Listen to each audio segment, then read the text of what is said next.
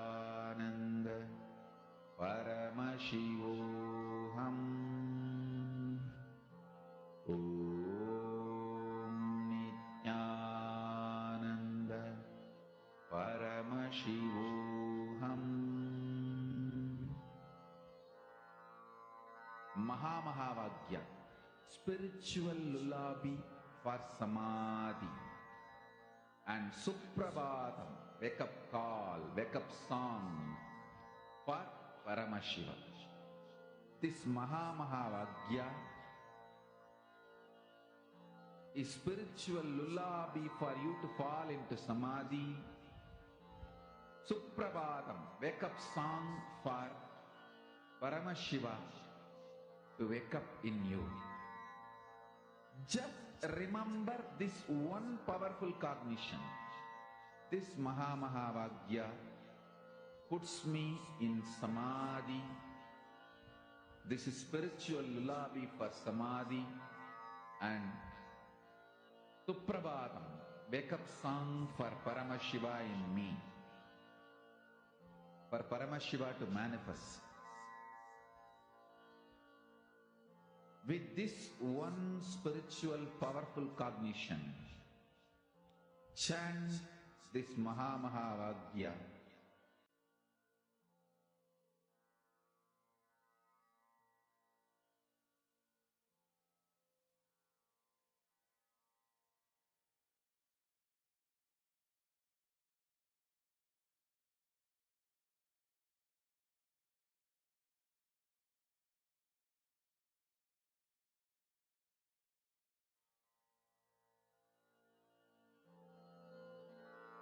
Mahavagya, spiritual lullaby for samadhi, and Suprabhatam, wake up call, wake up song for.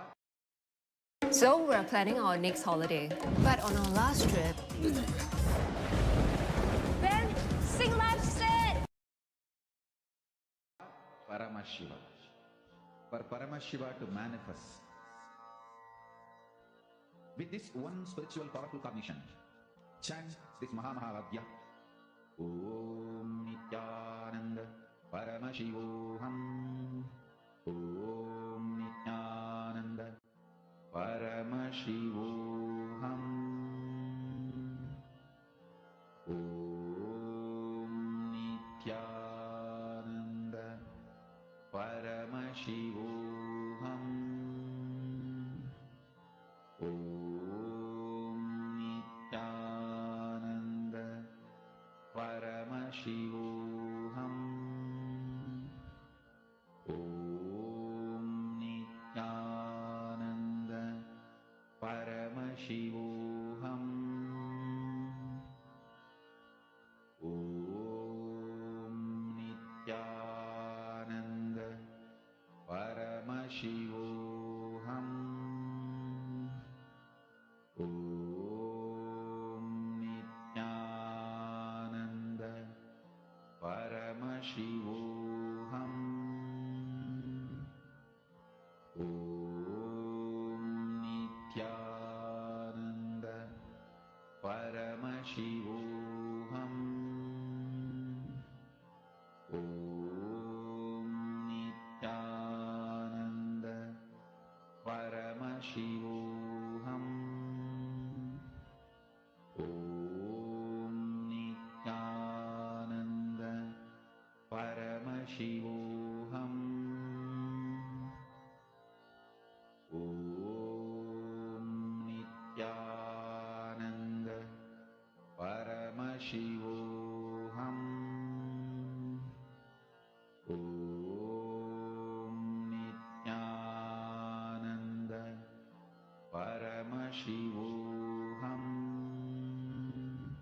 Om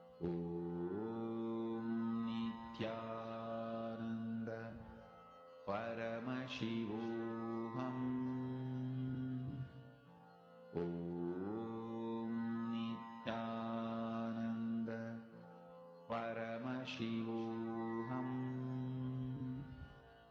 Om Nithyananda Paramashivoham. Om Nithyananda Paramashivoham. Om Nithyananda Paramashivoham.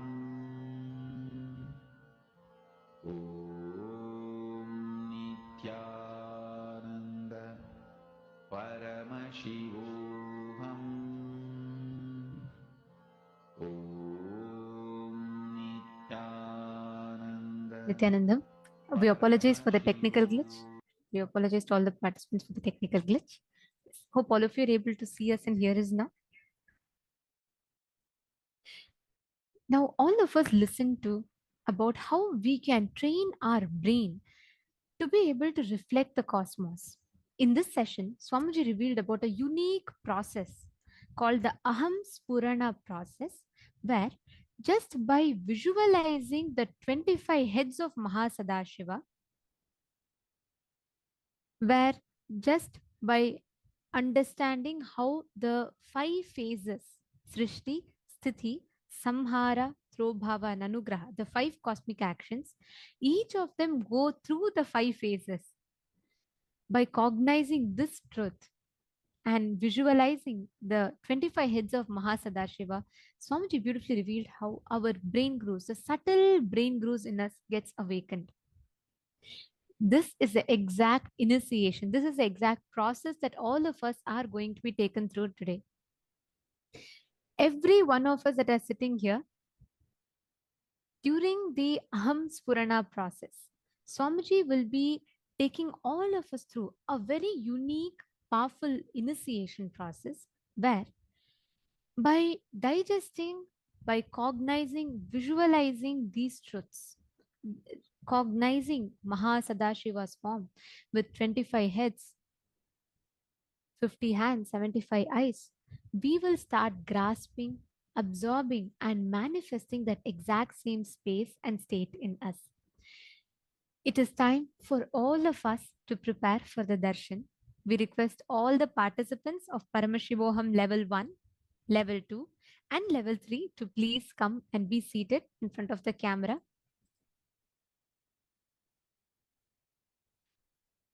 Today's darshan is going to be that of Mahasadashiva Murti, the form of Paramashiva, where he manifests with 25 heads, 50 hands, and 75 eyes, having Devi Paramashiva Shakti seated on his lap.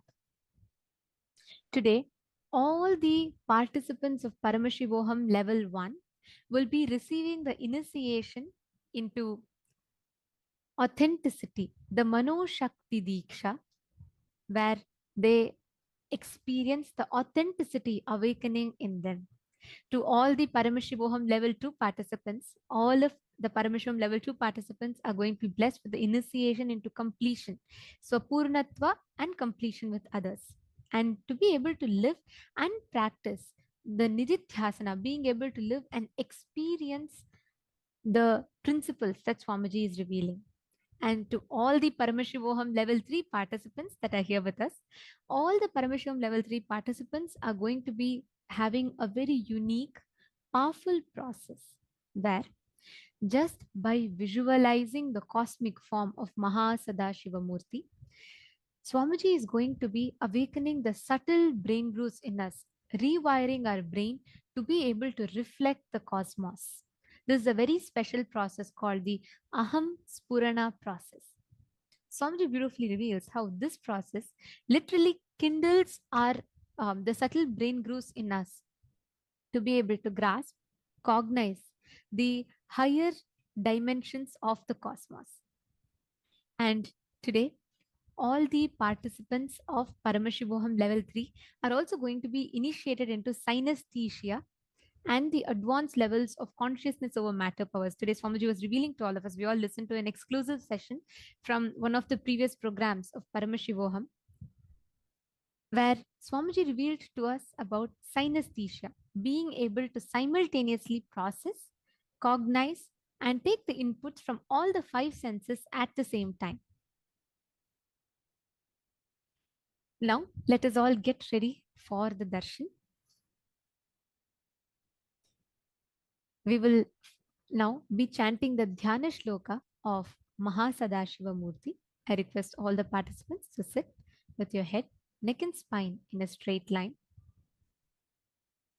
The Dhyana Shloka is a sacred chant that describes the form of Mahasadashiva Murti as it is in the Agamas, as revealed by Paramashiva himself in the Agamas.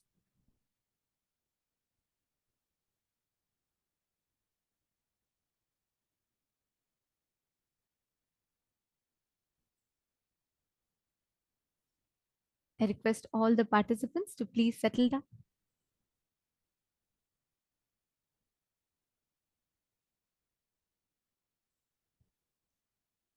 This is the Mahasadashiva Murti Dhyana Shloka.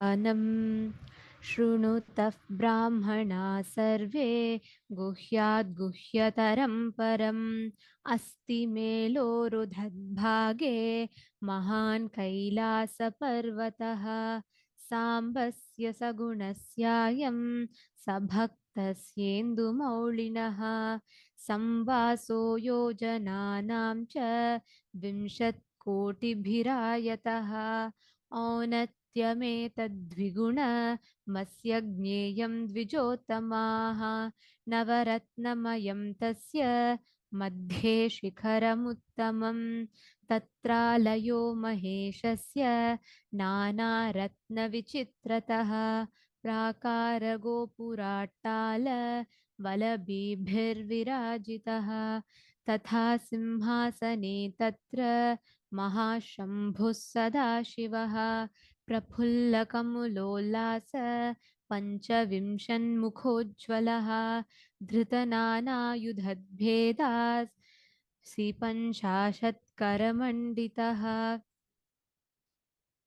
फुल्लरक्ताम्बुजाक्ताद श्रीबाह्वं प्रियगुलोज्ज्वलः विचित्ररत्नखचित भूषणैरपि भूषितः अनेककोटिसूर्याभ परमानन्दविग्रहः अप्राकृततनुः श्रीमान् लक्ष्यलक्षणवर्जितः यतो वाचो निवर्तन्ते अप्राप्य मनसा सह गङ्गाश्रयजटाजूटश्चन्द्रशेखा विभूषितः भस्मोद्धूलितसर्वाङ्गो व्यालयज्ञोपवीतवान् कपालमालाधारी च व्याघ्रचर्माम्बरावृतः प्रतिवक्त्रं त्रिनयनो भक्तसर्वार्थसिद्धिदः प्रासर्य दक्षिणं पादं कुञ्चयित्वेतरं पदम् अभयं चक्रशूले च टङ्कबाणौ गदाम्बुजे खड्गतोमरशक्तिश्च परशुप्रासपन्नगान् हलाकुशाक्षमालाश्च छूरिकाध्वजदण्डकौ वज्रकुन्तांस्थितं दंष्ट्राश्च चक्रं च भिण्डिवालकं पञ्चविंशतिबाहाभिर्दधानो दक्षिणे शुभैः वरचापौ मृगं शङ्खं खेटपाशापरश्वधान् मुद्गरं डमरुं घण्टां रुद्रवीणां च पुस्तकं कपालमुण्डखट्वाङ्गं भुशुण्डी परिघानपि फलकं फट्टसंवेत्रं कमण्डलूहुताशनौ कर्तरीमुसलं फिञ्छं बिभ्रद्वामौस्तथा करैः महान् सदाशिवस्योऽयं राजते तत्र पर्वते.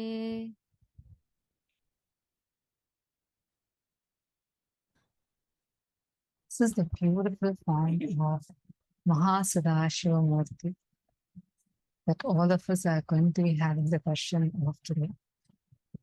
The very powerful darshan where literally all of us, especially the participants of Paramashivoham Level-3, who have learnt about how the brain works, how the wiring of brain happens, and how the rewiring of the brains actually happen. Because today, this is exactly the initiation Swamiji is going to be giving to all of us. All the Paramashivoham Level 3 participants, we are going to be experiencing the most powerful initiation for the brain, where we are going to be having the brain's neural pathways literally rewired. Today we were learning about this, how our neural connections in the brain is, and how our brain actually functions, and how the times where our brain is almost in an autopilot mode, how that actually happens, and how and why that actually happens, how we can rewire it. So we had learned about it elaborately. And actually, it's also very beautifully revealed today how many patterns that we form unconsciously, deeply engraved patterns in us, like your early morning addictions to coffee or certain reactions that's almost in autopilot mode in you. When you hear a certain trigger from outside, it's a default set of reactions that happens every single time in us. And many a times we repent after that unconscious actions happens through us.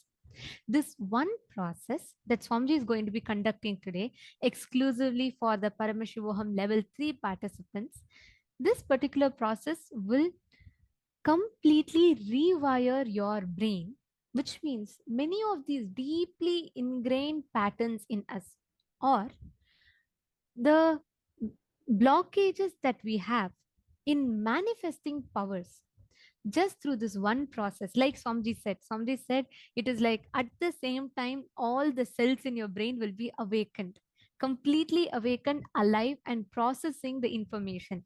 And this is what Swamiji had revealed is the process in which synesthesia happens, where simultaneously, spontaneously, synergetically, synesthetically, our brain cognizes, receives the input from the external sources. So, through this one process, Swamiji will literally be clearing all the obstacles, all the patterns that are ingrained in your brain, and rewiring each of our brain to reflect the cosmos. Now let's take a moment. Revisit your day. If you see all these routine activities happens almost like in an autopilot mode. You woke up from the same side of the bed as you did yesterday, day before yesterday, or a year prior to it. You brushed in the exact same manner as you did yesterday, day before, or even a year prior to that. Even the way your emotions are, you react almost in the exact same manner. You're happy, you're sad, you're angry, almost in the exact same way you react over and over again and again. The secret behind this lies actually in your brain. The way how your brain is wired matters. This tiny organ that's in our body is so powerful. It almost consumes 3% of the total body's energy. And the way how it functions, the way we think, everything is based on these neural connections, how your brain, the brain cells are actually having something called as neurons, the nerve cells, which are connected in a certain manner.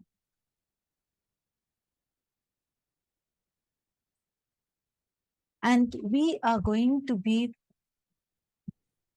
having the very powerful initiation to rewire these brain neurons, the neural pathways, which are again and again getting fired in the exact same manner. Now, in today's darshan, let us get ready to experience this ultimate awakening of the brain through the darshan of Mahasadashiva Murti, through the Paramavatar of Paramashiva, our beloved Swamiji. Please sit straight, with your head, neck, and spine in a straight line.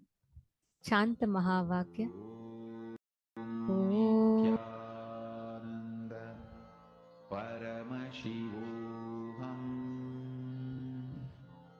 Om Nithyananda Paramashivoham